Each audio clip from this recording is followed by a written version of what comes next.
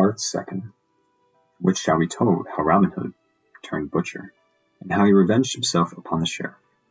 Also, of the famous adventures that befell Little John at the Nottingham archery match, and how he entered the sheriff's service. Section 1. Robin Hood turns butcher. And now, after all these things had happened, it became known to Robin Hood how the sheriff had tried 3 times to make him captive. He said to himself, "If I have the chance, I will make our worshipful sheriff pay right well for that which he hath done to me.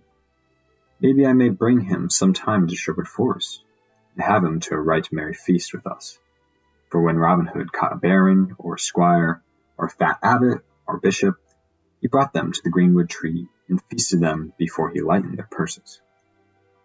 But in the meantime, Robin Hood and his band lived quietly in Sherwood Forest, without showing their faces abroad, for Robin knew that it would not be wise for him to be seen in the neighborhood of Nottingham, those in authority being very wroth with him. But, though they did not go abroad, they lived a merry life within the woodlands, spending the days in shooting at garlands hung upon the willow wand at the end of the glade, the leafy aisles ringing with merry jest and laughter. Whoever missed the garland was given some sound buffet, which, if delivered by Little John, never failed to topple over the unfortunate yeoman. But they had bouts of wrestling and of cudgel play, so that every day they gained in skill and strength. Thus they dwelled for nearly a year, and in that time Robin Hood often turned over in his mind many means of making an even more score with the sheriff. At last he began to fret at his confinement. So one day he took up his stout cudgel and set forth to seek adventure, strolling blithely along until he came to the edge of Sherwood. There, as he rambled about the sunlit road, he met a lusty young butcher, driving a fine mare and riding in a stout new cart, all hung about with meat. Merrily whistled the butcher as he jogged along, for he was going to the market, and the day was fresh and sweet, making his heart blithe within him. "Good morrow to thee, jolly fellow," quoth Robin. "Thou seemest happy this merry morn." "Ay, that I am," quoth the jolly butcher. "And why should I not be so? Am I not hale in wind and limb? I am not the bonniest lass in all of Nottinghamshire. And lastly, am I not to be married to her on Thursday next in sweet Locksley Town?" "Ha!" said Robin, "comest thou from Locksley Town? Well do I know that fair place for miles about, and well do I know each hedgerow and gentle pebbly stream, and even all the bright little fishes therein, for there I was born and bred. Now, where goest thou with thy meat, my fair friend?" "I go to the market at Nottingham Town to sell my beef and my mutton," answered the butcher. "But who art thou that comest from Locksley Town?" "A yeoman am I, and men do call me Robin Hood." "Now, by Our Lady's grace," cried the butcher, "well do I know thy name, and many a time have I heard thy deeds both sung and spoken of. But heaven forbid that thou hast just take aught of me. And an honest man am I, and I wrong neither man nor maid, so trouble me not, good master, as I have never troubled thee." "Nay, heaven forbid, indeed," quoth Robin, "that I should take from such as thee, jolly fellow.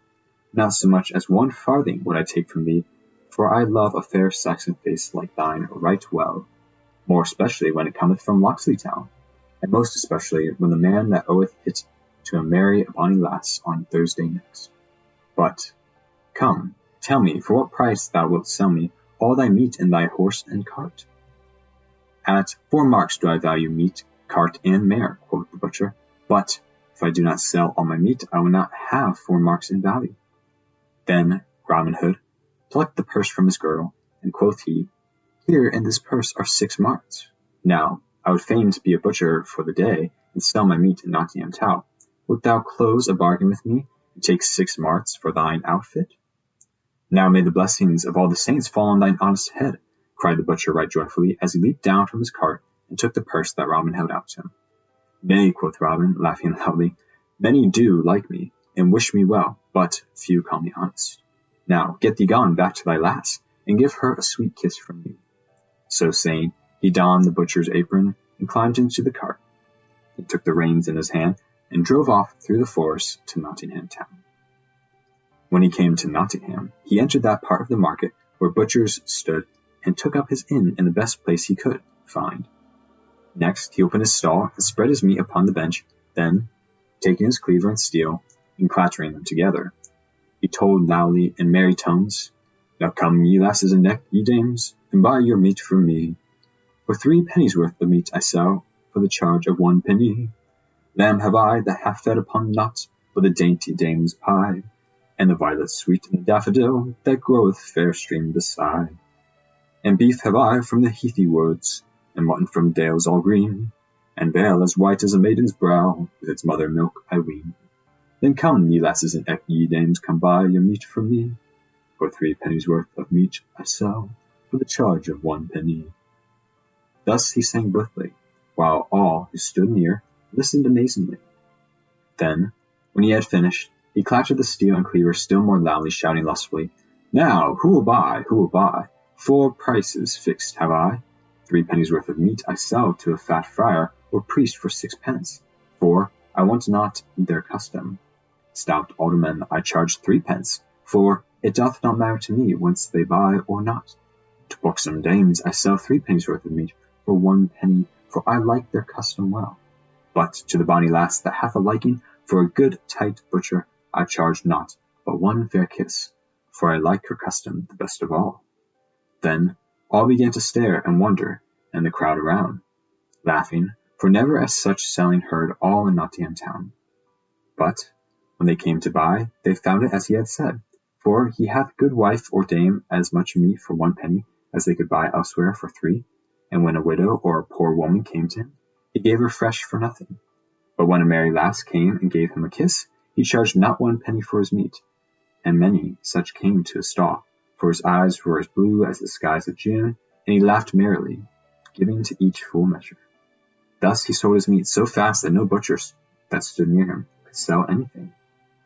Then they began to talk among themselves, and some said, "This must be some thief who has stolen the cart, horse, and meat." But others said, "Nay, when did you ever see a thief who parted with his goods so merrily and freely? This must be some prodigal who hath sold his father's land and would fain live merrily while the money lasts." And these latter being the greater number, and the others came around, one by one to their way of thinking. Then some of the butchers came to him to make his acquaintance. "Come, brother," quoth one, who was the head of them all, "we be all one trade, so wilt thou go dine with us? For this day the sheriff hath asked all the butcher guild to feast with him at the guild hall. There will be stout fare, and much to drink, that thou likest, or I must mistake thee." "Now beshrew his heart," quoth jolly Robin, "that would deny a butcher, and moreover I will go dine with you all, my sweet lads, and that as fast as I can hie." Whereupon, having sold all his meat, he closed his stall and went with them to the great guild hall. There the sheriff had already come in state, and with him many butchers. When Robin and those that were with him came in, all laughed at some merry jest he had been telling them. Those that were near to the sheriff whispered to him, "Yon is a right mad blade, for he hath sold more meat for 1 penny this day than we could sell for 3, and to whatsoever merry lass gave him a kiss he gave meat for naught." Another said, "He is some prodigal that hath sold his land for silver and gold, and meaneth to send all right merrily." Then the sheriff called Robin to him, not knowing him in his butcher's dress, and made him sit close to him on his right hand, for he loved a rich young prodigal, especially when he thought that he might lighten the prodigal's pockets into his own most worshipful purse. So he made much of Robin, and laughed and talked with him more than with any of the others. At last the dinner was ready to be served, and the sheriff bade Robin say grace. So Robin stood up and said, "Now, heaven bless us all, and eke good meat and good sack within this house, and may all butchers be and remain as honest men as I am." At this all laughed, and the sheriff loudest of all, for he said to himself, "Surely this is indeed some prodigal, and perchance I may empty his purse of some of the money that the fool throweth about so freely." Then he spake aloud to Robin, saying, "Thou art a jolly young blade, and I love thee mightily," and he smote Robin upon the shoulder. Then Robin laughed loudly too. "Yea," quoth he, "I know thou dost love a jolly blade, for didst thou not have jolly Robin Hood at thy shooting match? Didst thou not gladly give him a bright golden arrow for his own?" At this the sheriff looked grave, and all the guild of butchers too, so that none laughed but Robin, only some winked slyly at each other. "Come, fill us some sack," cried Robin. "Let us e'er be merry while we may, for man is but dust, and he hath but a span to live here till the worm getteth him, as our good gospel Swainhold saith. So let him be merry while it lasts, say I. Nay, never look down I the mouth, Sir Sheriff. Who knowest but that thou mayst catch Robin Hood yet, if thou drinkest less good sack and Mainsley, and bringest down the fat about thy paunch, and the dust from out of thy brain. Be merry, good man. Then the sheriff laughed again, but not as though he liked the jest, while the butchers said to one another, Before heaven, never have we seen such a mad rollicking blade. Mayhap, though, he will make the sheriff mad. How now, brothers, cried Robin, be merry, nay, never count over your farthings, for by this and by that I will pay this shot myself, even though it cost 200 pounds. So let no man draw up his lips, nor thrust his forefinger into his purse, for I swear that neither butcher nor sheriff shall pay 1 penny for this feast. Now thou art a right merry soul, quoth the sheriff, and I wot thou must have had many a head of horned beast, and many an acre of land, that thou dost spend thy money so freely. Ay, that have I, quoth Robin, laughing loudly again. 500 and more horned beasts, and I and my brothers, and none of them have we been able to sell, else I might not have turned butcher. As for my land, I have never asked my steward, but many acres I have. At this the sheriff's eyes twinkled, and he chuckled to himself. Nay, good youth, quoth he, if thou canst not sell thy cattle, it may be I will find a man that will lift them from your hands. Perhaps that man may be myself, for I love a merry youth, and would help such a one along the path of life. Now, how much thou dost want for thy horned cattle? Well, quoth Robin, they are worth at least 500 pounds. Nay, answered the sheriff slowly, as if he were thinking within himself. Well, do I love thee, and fain would I help thee along, but 500 pounds is money is a good round sum. Besides, I have it not with me, yet I will give thee 300 pounds for them, all, and that in good hard silver and gold. Now, thou old mister, quoth Robin, well thou knowest that so many horned cattle are worth 700 pounds and more, and even that is but small for them, and yet thou, with thy grey hairs and 1 foot in the grave, wouldst trade upon the folly of a wild youth. At this the sheriff looked grimly at Robin. Nay, quoth Robin, look not at me as though thou hast sour beer in thy mouth, man. I will take thine offer, for I and my brothers do need the money. We lead a merry life, and no one leads a merry life for a farthing. So I will close the bargain with thee, but mind that thou bringest a good 300 pounds with thee, for I trust not one that driveth so shrewd a bargain. I will bring the money, said the sheriff, but what is thy name, good youth? Men call me Robert O'Locksley, quoth bold Robin. Then, good Robert O'Locksley, quoth the sheriff, I will come with thee this day to see thy horned beast. But first my clerk shall draw up a paper in which thou shalt be bound to the sale, for thou gettest not my money without I get thy beast in return. Then Robin Hood laughed again. So be it, he said, smiting his hand upon the sheriff's hand. Truly, my brothers would be thankful to thee for thy money. Thus the bargain was closed. But many of the butchers talked among themselves of the sheriff, saying that it was but a scurvy trick to beguile a poor spendthrift youth in this way. The afternoon had come when the sheriff mounted his horse and joined Robin Hood, who stood outside the gateway of the paved court waiting for him, for he had sold his horse and cart to a trader for 2 marks. Then they set forth upon their way, the sheriff riding upon his horse and Robin running beside him. Thus they left Nottingham town and travelled forward along the dusty highway, laughing and jesting together as though they had been old friends. But all the time the sheriff said within himself, Thy jest to be me of Robin Hood shall cost thee dear.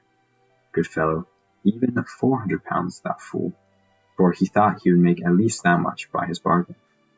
So they journeyed onward till they came within the verge of Sherwood Forest, when presently the sheriff looked upon and down, and to the right and to the left of him, and then grew quiet, and ceased his laughter. Now, quoth he, may heaven and its saints preserve us for this day, for a rogue man called Robin Hood. Then Robin laughed loudly. Nay, said he, thou mayest set thy mind at rest, for well do I know Robin Hood, and well do I know that thou art in no danger from him this day, than thou art from me. At this the sheriff looked askance at Robin, saying to himself, I like not that thou seemest so well acquainted with this bold outlaw, and I wish that I were well out of Sherwood Forest. But still, they traveled deeper into the forest shades, and the deeper they went, the more quiet grew the sheriff. At last they came to where the road took a sudden bend, and before them a herd of dun deer went tripling across the path. Then Robin Hood came close to the sheriff, and pointing his finger, he said, "These are my horned beasts, good master sheriff. How dost thou like them? Are they not fat and fair to see?" At this the sheriff drew rein quickly. "Now, fellow," quoth he, "I would I were well out of this forest, for I like not thy company. Go thou thine own path, good friend, and let me but go mine." But Robin only laughed and caught the sheriff's bridle rein. "Nay," cried he, "stay a while, for I would thou shouldst see my brothers, who own these fair horned beasts with me." So saying, he clapped his bugle to his mouth, and winded 3 merry notes, and presently upon the path came leaping 50 good stout yeomen, with Little John at their head. "What wouldst thou have, good master?" quoth Little John. "Why," answered Robin, "dost thou not see that I have brought good company to feast with us today? Fie, for shame! Do you not see our good worshipful master, the Sheriff of Nottingham? Take thou his bridle, Little John, for he has honoured us today by coming to feast with us." Then all doffed their hats humbly, without smiling or seeming to be in jest, while Little John took the bridle rein and led the palfrey still deeper into the forest. All marched in order, with Robin Hood walking beside the sheriff, hat in hand. At this time the sheriff said never a word, but only looked about him like one suddenly awakened from sleep. But when he found himself going within the very depths of Sherwood, his heart sank within him, for he thought, "Surely my 300 pounds will be taken from me, even if they take not my life itself, for I have plotted against their lives more than once." But all seemed humbled and meek, and not a word was said of danger, either to life or money. So at last they came to that part of Sherwood Forest, where a noble oak stretched its branches wide, and beneath it was a seat all made of moss, on which Robin sat down, placing the sheriff at his right hand. "Now busk ye, my merry men all," quoth he, "and bring forth the best we have, both of meat and wine, for his worship the sheriff hath feasted me in Nottingham Guildhall today, and I would not have him go back empty." At this time nothing had been said of the sheriff's money, so presently he began to pluck up heart. "For," said he to himself, "maybe Robin Hood hath forgotten all about it." Then, whilst beyond in the forest bright fires crackled and savoury smells of sweetly roasted venison and fat caprins filled the glade, and brown pastries warmed beside the blaze, did Robin Hood entertain the sheriff right royally. First, several couples stood forth at quarterstaff, and so shrewd were they at the game, and so quickly did they give stroke and parry, that the sheriff, who loved to watch all lusty sports of the kind, clapped his hands, forgetting where he was, and crying aloud, well struck, thou fellow with the black beard," little knowing that the man he called upon was the tinkerer, that tried to serve his warrant upon Robin Hood. Then the best archers of the band set up a fair garland of flowers at 80 paces distance, and shot at them with the cunningest archery practice. But the sheriff grew grave, for he did not like this so well, the famous meeting at the butts in Nottingham town being still green in his memory, and the golden arrow that had been won there hanging close behind him. Then, when Robin saw that was in the sheriff's mind, he stopped the sport and called forth some of his band, who sang merry ballads, with others made music upon the harp. When this was done, several yeomen came forward and spread cloths upon the green grass and placed a royal feast, while others still broached barrels of sack and malmsey and good stout ale, and set them in jars upon the cloth, with drinking horns about them. Then all sat down and feasted and drank merrily together, until the sun was low and the half-moon glimmered with a pale light betwixt the leaves of the trees overhead. Then the sheriff arose and said, "I thank you all, good yeomen, for the merry entertainment ye have given me this day. Right courteously have ye used me, showing therein that ye have much respect for our glorious king and his deputy in brave Nottinghamshire. But the shadows grow long, and I must away before darkness comes, lest I lose myself within the forest." Then Robin Hood and all his merry men arose also, and Robin said to the sheriff, "If thou must go, worshipful sir, go thou must, but thou hast forgotten one thing." "Nay, I forgot not," said the sheriff, "yet all the same, His heart sank within him. "But I say, thou hast forgotten something," quoth Robin. "We keep a merry inn here in the greenwood, but whoever becometh our guest must pay his reckoning." Then the sheriff laughed, but the laugh was hollow.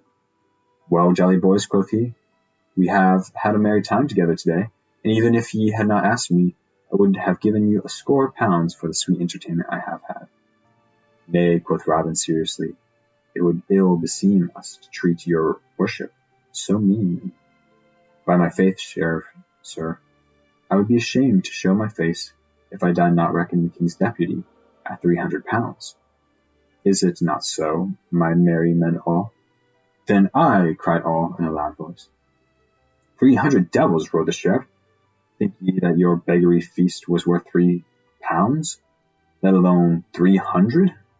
"Nay," quoth Robin gravely, "speak not so roundly, your worship. I do love thee for the sweet feast thou hast given me this day in merry Nottingham town. But there be those here who love thee not so much. If thou wilt look down the cloth thou wilt see Will Stuteley, in those eyes thou hast no great favour. Then 2 other stout fellows are here, that thou hast knowst not, that were wounded in a brawl nigh Nottingham town. Some time ago, thou wotest when. One of them was some hurt in one arm, yet he hath got the use of it again. Good sheriff, be advised by me, pay thy score with much ado, or maybe it may fare ill with thee." So he spoke. The sheriff's ruddy cheeks grew pale. He said nothing more, but looked upon the ground and gnawed his nether lip. Then slowly he drew forth his fat purse and threw it upon the cloth in front of him. "Now take the purse, Little John," quoth Robin Hood, "and see that the reckoning be right. We will not doubt our sheriff, but he might not like it if he should find that he hath not paid his full score." Then Little John counted the money, and found that the bag held 300 pounds in silver and gold. But to the sheriff it seemed that as if every clink of the bright money was a drop of blood from his veins. And when he saw it all counted out in a heap of silver and gold, filling a wooden platter, he turned away and silently mounted his horse. "Never have we had so worshipful guests before," quoth Robin, "and as the day waxeth late, I will send one of my young men to guide thee out of the forest depths." "Nay, heaven forbid," cried the sheriff hastily. "I can find mine own way, good man, without aid." "Then I will put thee on the right track mine own self," quoth Robin, and taking the sheriff forth by the bridle rein, he led him into the main forest path. Then, before he let him go, he said, "Now fare thee well, good sheriff, and when thou thinkest to despoil some poor prodigal, remember thy feast in Sherwood Forest. Never buy a horse, good friend, without first looking into its mouth, as our good gaffer Swankhold says, and so once more fare thee well." Then he clapped his hands to his horse's back, and off went nag and sheriff through the forest glades. Then bitterly the sheriff rued the day that first he meddled with Robin Hood, for all men laughed at him, and many ballads were sung by folk throughout the country, how the sheriff went to shear and came back home shorn to the very quick. For thus men sometimes overreach themselves through greed and guile.